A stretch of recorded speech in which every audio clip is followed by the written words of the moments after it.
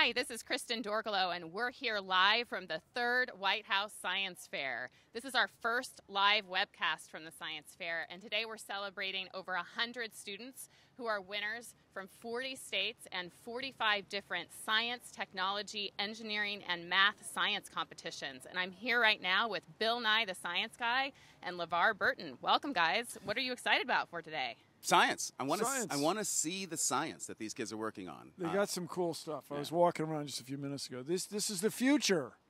And what I like to remind everybody is the economic benefit of science. What is everybody talking about? What are we obsessed with? Three things. Jobs and economy. Jobs, jobs, jobs. Yep. That's right. So if you want jobs, you got to have science. You got to invest in science. And these people are going to be the engineers of tomorrow that will, dare I say it, change the world.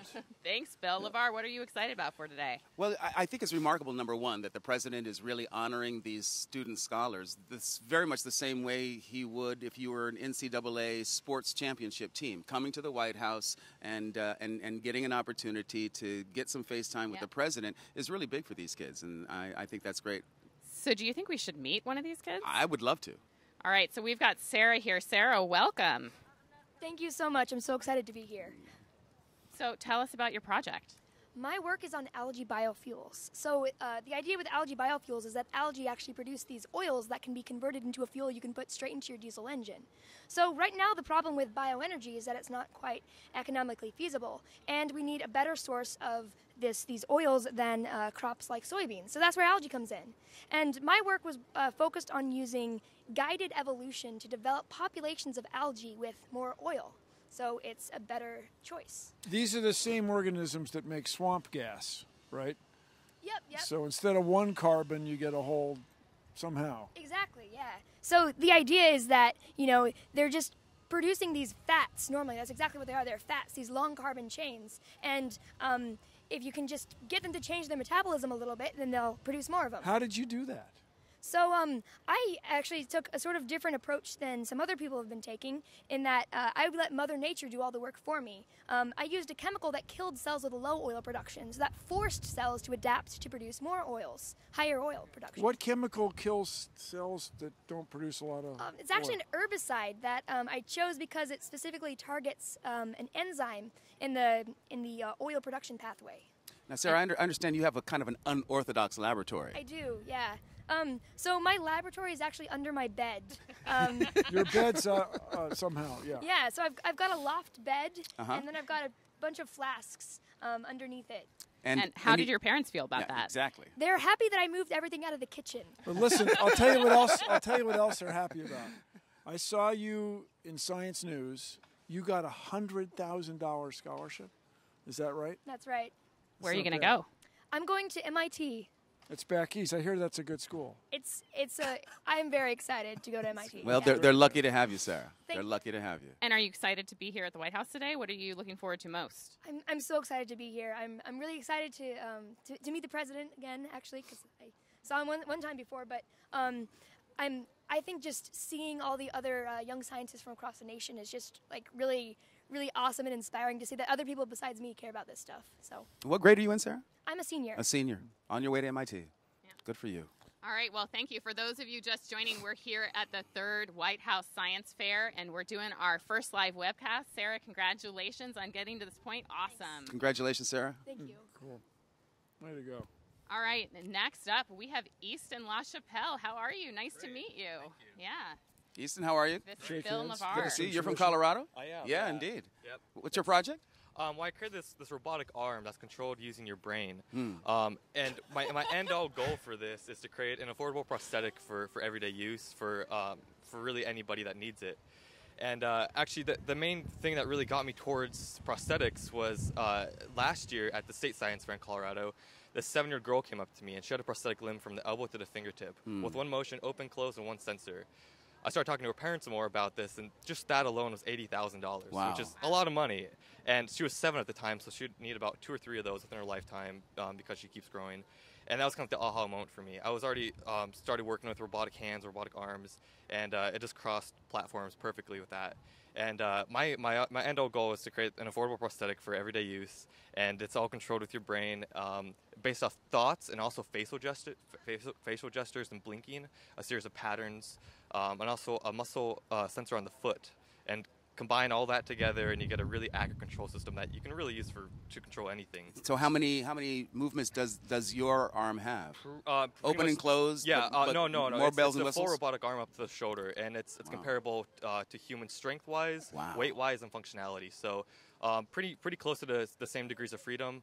But during all this, I really realized how remarkable a human arm is, and just how crazy everything happens. And how complicated it is. Yeah, and the sensors, it's amazing. So what powers this thing? I actually use servo motors as the main actuator for each of the fingers. Upstream, was there a battery? Yeah, that's all within a bicep. All electronics, all the batteries are within a bicep. And I have about a 5,000 milliamp hour battery within a bicep. And that could power the arm for a good, half day to a day of continuous use from all the motors. 5,000 milliamp hours in the bicep. Yeah, That's amazing. Did you have a 3D printer before this? Was this your first 3D printing project? No, I actually have 2 3D printers in my room. I work out of my room. I pretty much have a bed in the corner, and I start to expand. But 3D printing is really, really cool. It's a really cool technology that's starting to get really big, and it's starting to get more affordable. So is the final product plastic?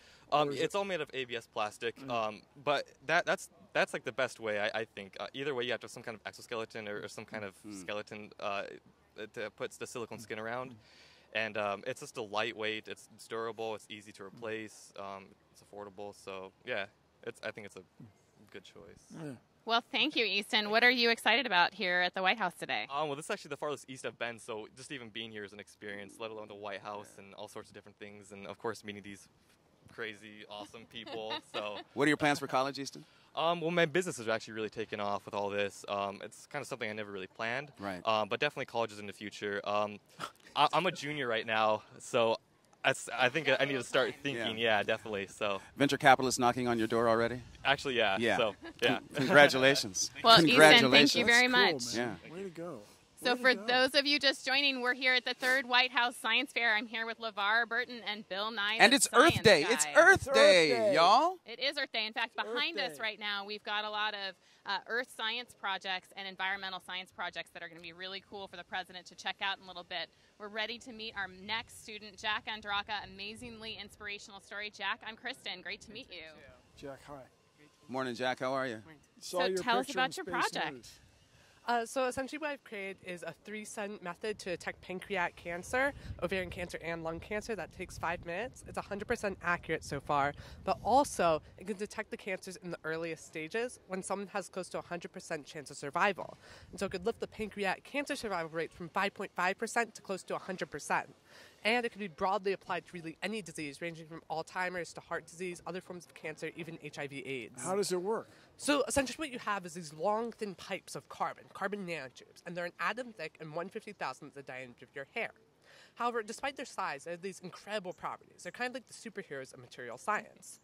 And so then I was actually sitting in biology class reading about these, and there are these things called antibodies, essentially molecules that only react with one specific protein, in this case, a cancer biomarker.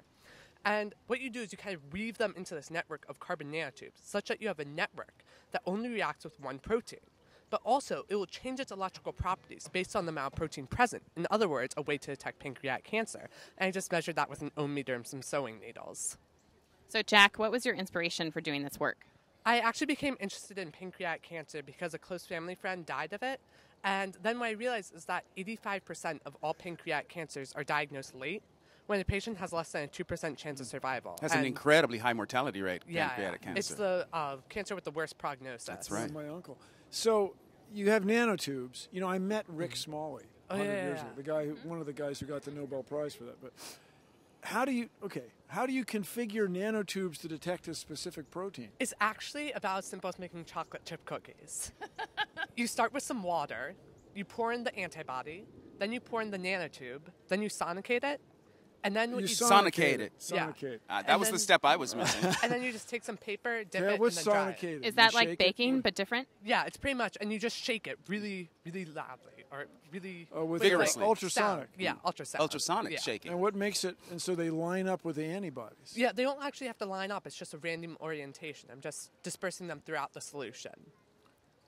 And so hold on. So you have antibodies attached to nanotubes. They don't have to attach. They just They kind just of have to lay be in on the them. environment. Yeah. Mm-hmm. And then when the pancreatic cancer marker shows up, what happens? Then the protein essentially goes into this network, and it So then it slams changes its conductivity Yeah. because they're nanotubes. Yeah. That's cool. I think you just blew Bill Nye, That the is science cool. guy's mind. Pretty awesome. Yeah. So what are you excited for here today at the White House? I'm really excited to talk with all of the other young researchers because I really love working with other people. And right now I'm actually working on the $10 million Tricorder X Prize. Are you really? And so I'm gathering a team, so looking for some new candidates for it. That's fantastic. If you guys want to join Jack's team, I think he just put out an open call. All right. Well, thank you, Jack. Jack it's great Andraka. to meet you. Wow. Cool. Nicely Brainiac done, on man. the loose. Nicely done, man. Thank you. Good to meet you, Jack. All right, everybody, we're here at the third White House Science Fair. One of the things that we'll be announcing today are new commitments to the President's Educate to Innovate campaign, which is trying to inspire more kids to get involved with STEM, science, technology, engineering, and math education. So what do you guys think the future of STEM is? How do we get more kids like these excited about science? Well, this event is fantastic. Celebrating this, just as LeVar said earlier, just the way you'd have the World Series winner here or the Final Four winner here. That's right. You have these people here. Yeah. We have to grow this talent from the inside. It has to be homegrown talent. If we are to really make good on the promise to educate our nation's children and provide an educated workforce that's going to solve the problems of tomorrow, we have to begin at these lower levels. Well, that's great. So let's meet some of our youngest students here. Hi, guys. How are you? Gentlemen, What are your names? good morning. Vision. Yeah, yes. tell us your names. What's your name? Evan Jackson, Evan. Caleb Robinson, Hey, Caleb. Alec Jackson. And Alex Jackson. Wow. What did you guys do to get you here today? What's your project? Cool pads. Cool pads. Is that something you wear? Yes, ma'am. And where do you wear it? And football, and you can use it in military, and a fighter, and police. So what is it cool Is it a off? cool pad that you put in the helmet? It's in the shoulder pads. Like It's in shoulder Like in your pads. protective shoulder pads? Yeah, and it has Gatorade attached to it that the players can drink out of. So it's basically about keeping them cool and hydrated? Why did you guys come up with that project? To keep athletes from overheating and dying. Did you know somebody that overheated? You did while you were running around and playing sports? When I was in my football game, I overheated. You overheated. So what are you guys most excited for today at the science fair? To see Barack Obama. Oh, you're looking forward to seeing the You may president. get a chance to shake hands with them. If he I plays his would, cards I would right. be shocked if that didn't happen. So how hard was it to build cool pads? It was medium. Medium hard, not really hard.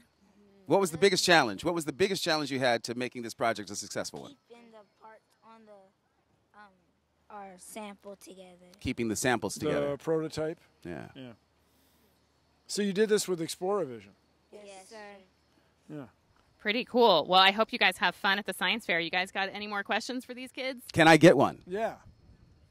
Yes? Yes, sir. How soon will it be on the market? Do you know? In 20 years. 20 years. 20, so I have to wait a while. Or less. That's a good answer. 20 years or less. Well, it's great to meet you guys. Congratulations on being here. Nicely done. Congratulations, fellas. Well done. Well done. Cool. Anyway, great to see you guys. The idea is in Exploravision, you come up with an invention that you think will come into existence in the next 20 years. Oh, I see. Okay. Yeah, that's awesome. It's part of the overall effort for science, technology, engineering, and math. It's Yeah. great. Okay, well, thanks, guys. guys it's look great pretty to sharp. meet you. Take care. All right, so here think they're at gonna the third overheat White today. House Science Fair, LeVar Burton, Bill Nye the Science Guy, and I are talking to some really amazing winners of science, technology, engineering, and math competitions. We're also talking about ways to get more students interested in STEM. One of those commitments we're announcing today is around US 2020, which is a project to get more mentors helping kids in the STEM field. So tech companies like SanDisk, Cisco, Cognizant have made commitments to get 20% of their workforce devoting 20 hours to helping kids get interested in STEM. So thanks to those companies for stepping up and helping kids get interested in STEM. So right now, hi, I see a hurt leg, and nice to see you. How are you, Brittany? I'm good. How are you? Yeah, so what's your project? So what I did is I created an artificial neural network, which is a type of program that actually models the brain's neurons and interconnections, so it can detect patterns that are far too complex for humans to detect. Now, I applied this to breast cancer because breast cancer inflicts 1 in 8 women. These statistics are just startling, and when you know somebody who has the disease, they're even more personal. So using my program, the fine needle aspirate, which is the least invasive test, the cheapest and the quickest test, becomes really accurate as well. So my program is 99% sensitive to malignancy, which is huge. And then I deployed it to the cloud because this cloud is just this incredible elastic entity that can scale to support usage by every hospital in the world. And in the future, I'm proving that the same tactics can also work with leukemia diagnostics and perhaps provide insight on what proteins can be drug targeted. So That is what amazing. what is this most reliable test for breast cancer? So traditionally, a lot of... Fine needle? well, the fine needle aspirate is actually so inconclusive that a lot of doctors Yes, refuse yeah. to use them. Yeah, yeah. But so the purpose of my project is to really revive the fine needle aspirate so that they can be used again and so they can be accurate. So you just take a few cells? Yeah, it causes the patient about the level of discomfort of a blood test. A few cells are extracted, looked at under a microscope, and then traditionally a doctor would say whether they thought those cells were cancerous or not. But using my program, different attributes are analyzed so that subtle patterns can be picked up. Have you had any response from the breast cancer community? Yeah, so it's been really exciting. I won the Google Science Fair, and since then, everybody's been really supportive. I got to speak at breastcancer.org. Wow. Yeah, and Lankenau Medical Center has provided me with more samples, and I'm also working with an institute in Italy to test my program's capabilities against 400 samples. Wow. So Are you a senior? I am. And where are you going to college? I actually just made this decision 2 days ago. So I'm going to Duke University. I'm going to be part of the AB program. Yeah, I got a full scholarship and research I'm funding, shocked. and Boy, I'm very I didn't see excited that about coming. Good that. for you. Thank you so Good for much. you. My grandfather taught at Duke. Really? Yeah. That's very cool. So I've seen you here before on the White House campus. What brought you here last time? So I was also part of Science Talent Search, which is a program that is based on your science potential and, as well as your research. So that was a lot of fun. It was an absolutely surreal experience to meet a bunch of other kids who are also into science like I am. So. And post-college, what are you going to do? So I want to be a pediatric oncologist, but probably an MD, PhD sort of situation because I want to do research and primary care. You know what, young lady? You better get a good pair of sunglasses. Your future is so bright, you're going to have to wear shades. Thank you so much. Congratulations. Thank you so much. Change the world. Thanks, Nicely Brittany. done. Great work. Yeah, good to see you again. All right, So what do you guys traditionally, think about well, these? the doctor would look at it under a microscope, or a skilled technician, and looking for the pattern, but she's got it automated. It's Amazing. brilliant. It's brilliant. Are you- Science. It is science. Science. Miracle of Yeah. science. Are you guys ready to meet yet another inspirational absolutely. scientist? Bring it on. Hi, Jonah. Nice to see you. I'm Kristen. Yeah. LeVar and Bill Nye the Science Bill. Guy. Morning, Jonah. How are you? I'm good. Good. So tell us about your project. All right, so my project uses tactile sound to improve the experience of music for people with hearing loss. Wow. Now, What's So you tactile describe- sound? describe tactile sound, Right, though. no, tactile sound is sound through vibrations that are in contact with your body. Right. So, Are we going to get a demo later? Sure, if you want to, although it does not work for people with normal range hearing because of something actually pretty interesting. You're already hearing the same frequencies through your ears, so your brain kind of discards the tactile information. Interesting. But it is absolutely detectable by someone who does not have that range of hearing Yes. already. At one instance, I had one of my subjects. They were able to hum the melody of a song, even though they can't hear it. even though they can't hear it, just through the tactile device. So do people? So I guess then you could people who are deaf could learn to speak without that accent or whatever that expression is. That affect.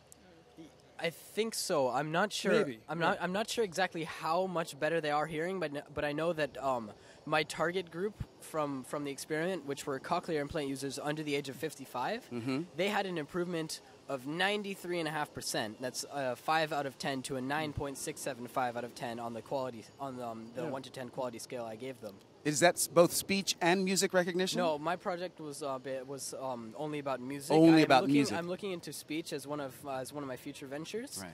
But this experiment was about music, because many people with hearing loss are already able to communicate.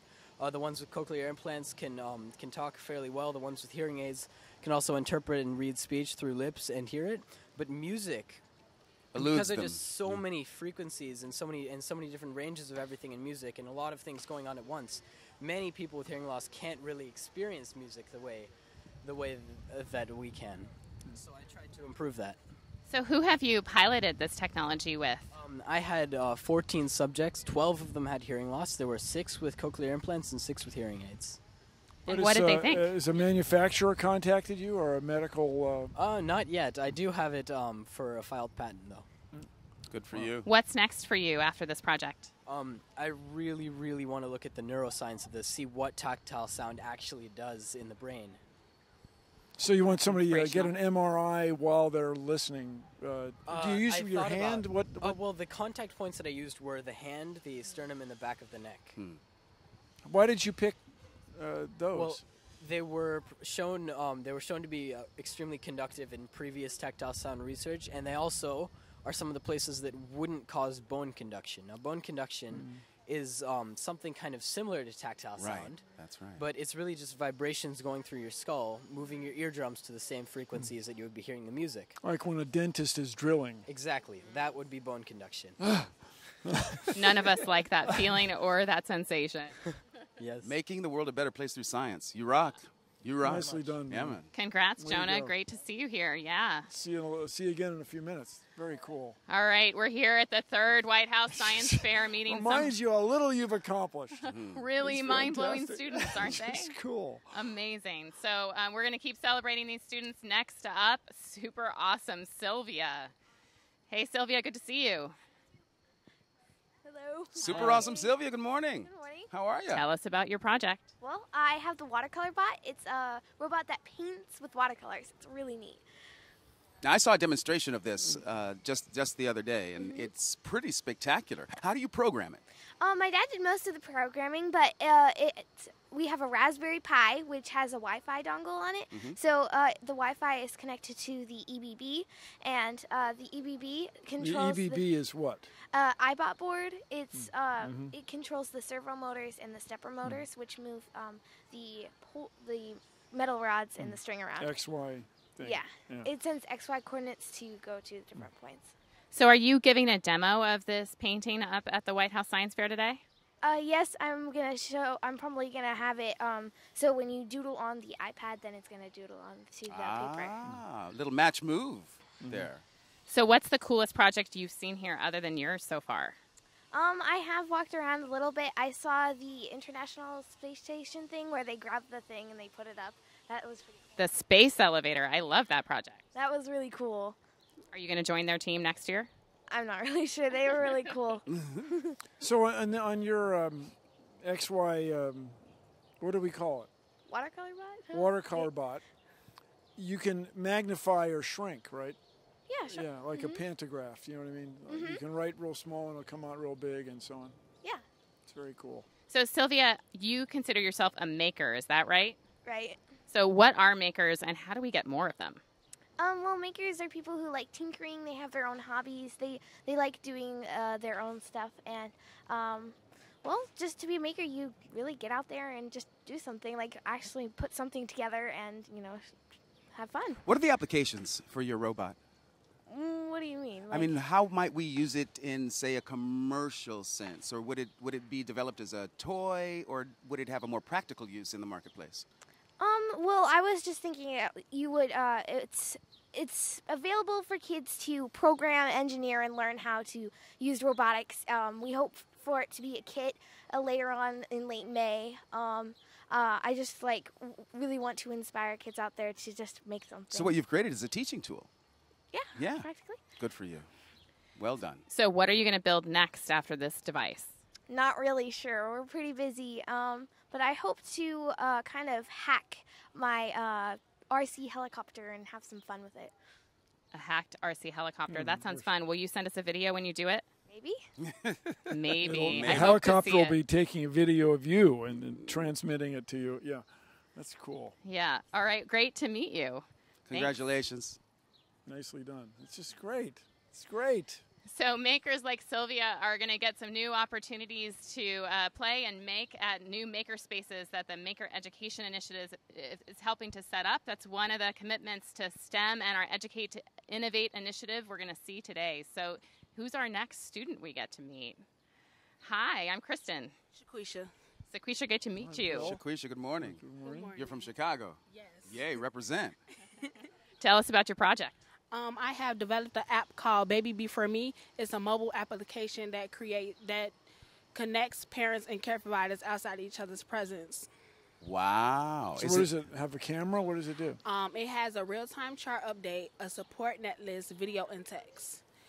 The chart is where the parent goes in and put information such as take a nap and at what time they want their child to do this activity, and the care provider marks off when the activity is done, and the parent can check the chart at any time. All from my phone? Yes.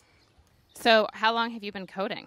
I have been coding since my freshman year of high school, so about 14.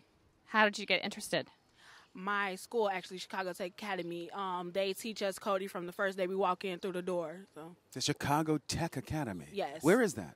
It's on the southwest side of Chicago. On the southwest side. It's a fairly new school. It's it's his fourth graduating class. You're in the first graduating class? No. No, I'm only a junior. Wow. All right. One more That's year pretty before you inherit cool. the senior status. So what language do you code in? I code in Objective-C, but I've also used HTML, C Sharp, CSS. So what do you want to do if you go to college? You want computer science? Is that your thing? It's not my first, but What's your first? What's your first love? My first love is nursing. I just love children, which is the idea behind the app. Yes, right. But I would like to get a minor in computer programming. I have no doubt that is in your future. Boy, definitely. too hard for you. What inspired you to build this app in the first place? Well, when I used to babysit my nephew the first time I babysat my nephew, his mom left so fast that she didn't leave a note, and I knew that he was on a schedule. Right. I just didn't know what the schedule was. So she came back to pick him up, and she asked, what time did he take his nap, which is why I keep saying nap. Yeah. And when I told her, she just was so frustrated because he was going to be up all night. So I realized that I knew that I wasn't the only person being faced with this problem, so I just decided to make an app for it and solve the problem. How many lines of code in this app? 100, 1,000, 20,000, 50,000? Between 100 and 1,000. Yeah. It just depends on what type of thing you want to do. So how do you think we get more girls interested in coding? Well, at my school, we have a 50-50 ratio between boys and girls, and I believe that all the girls at my school are interested in coding. So just come to Chicago Tech Academy. Come to Chicago Tech. Go to a good school. I like that answer. So thank you. What are you looking forward to at White House Science Fair today? I'm looking forward to networking with other students that have an interest in me and presenting my business to the president. That's fantastic. Congratulations. Shaquisha, congratulations. God, that's just cool. Way to go, Shaquisha. Amazing. Good for you. Good for you. All right, we're still here at the third White House Science Fair. First time we've been live from the Science Fair. I'm here with LeVar Burton and Bill Nye, the Science Guy. What do you guys think so far of these I'm blown projects? away. I wanted my nephew to take a nap, so I wrote 1,000 lines of computer code. Okay, yeah, of course you did. It's just cool. It's fantastic. I am not an engineer. I play one on TV. I barely understand what most of these kids are talking about. Very impressive. Very impressive. So the president is going to get a chance to look at the 30 exhibits that are here today, and I know he will also be blown away and is very committed to seeing more students pursuing STEM through our Educate to Innovate initiative. What do you guys think we can do to spread the word about these types of programs that are out there and get more kids involved in these types of STEM programs?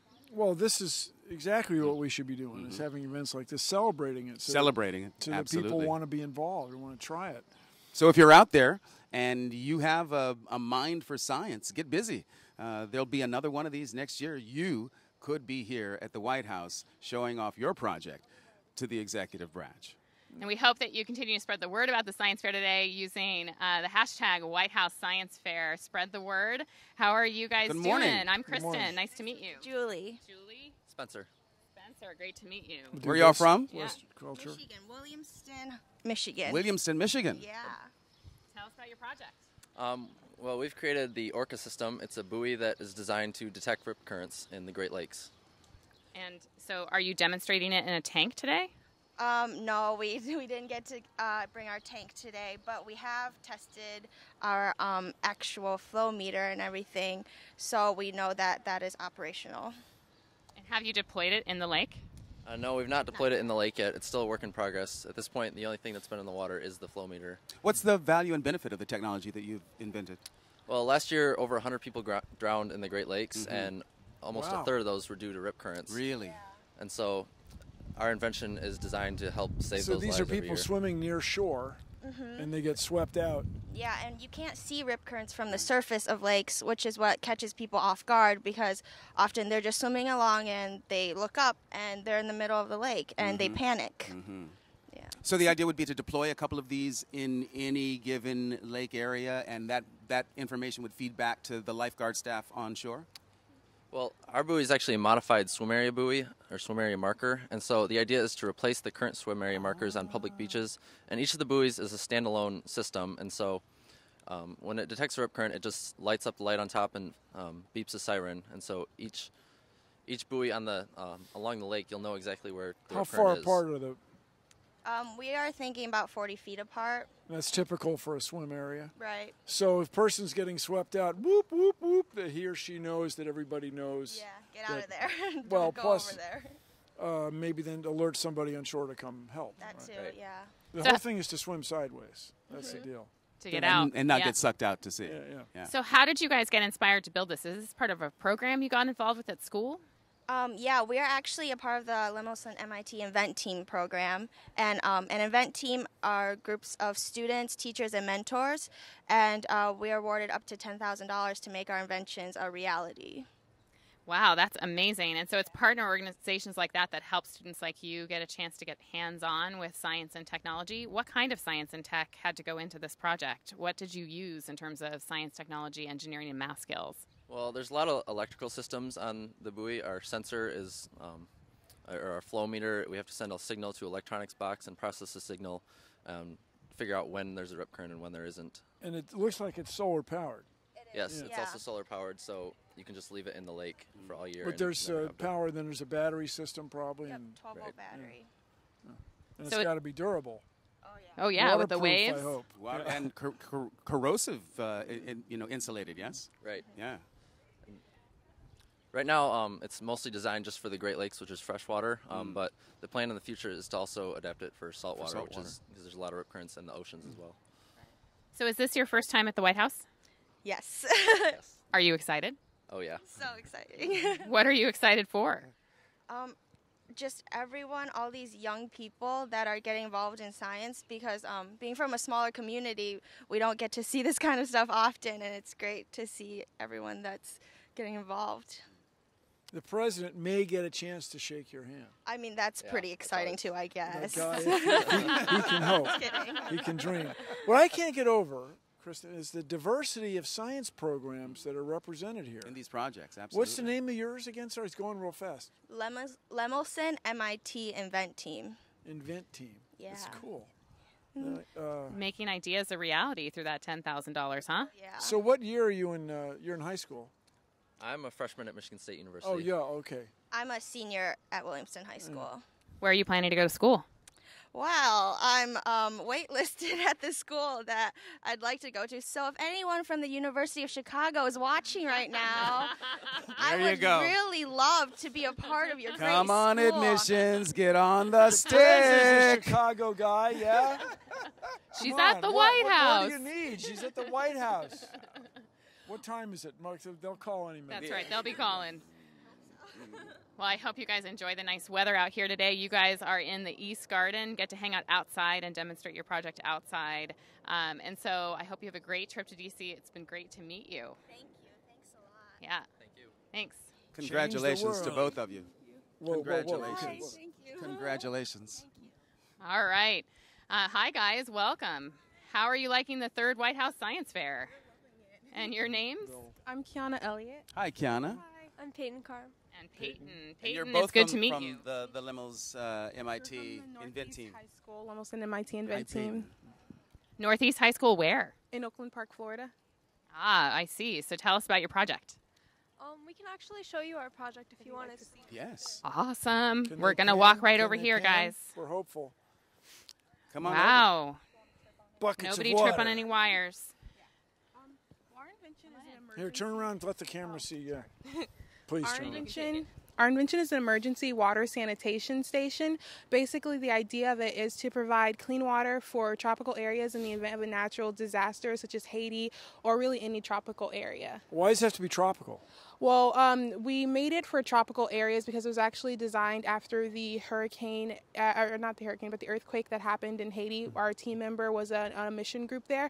And so we were thinking more because we're in Florida and hurricanes are a big problem there and in a lot of other tropical areas. So it's really designed to be an emergency water system for tropical areas after a hurricane. It's bicycle powered. Love that. We So charge show us up how a it works. battery, runs Walk a us pump. walk us through the process. Yeah. Got it? Yeah. I'm stepping back. Well, one thing you did mention was that the bicycle powers the whole thing. We have a hub motor here on the back of the bicycle, which charges the battery we have, which charges or powers everything here in the electrical box. It starts over here where you can add water into this 200 and 100 micron mesh. That'll filter out basically sand and sticks and Large other particles. different things. Then it's pumped through this box and into that container over there. When it's being pumped through the box, it is being sanitized by an ozone generator here. And once it gets inside the box, the second ozone generator is turned on to continue cleaning the water so it's not recontaminated. Wow. So why this big metal container enclosure? Well, the big container Face camera, is, face camera. Please face camera.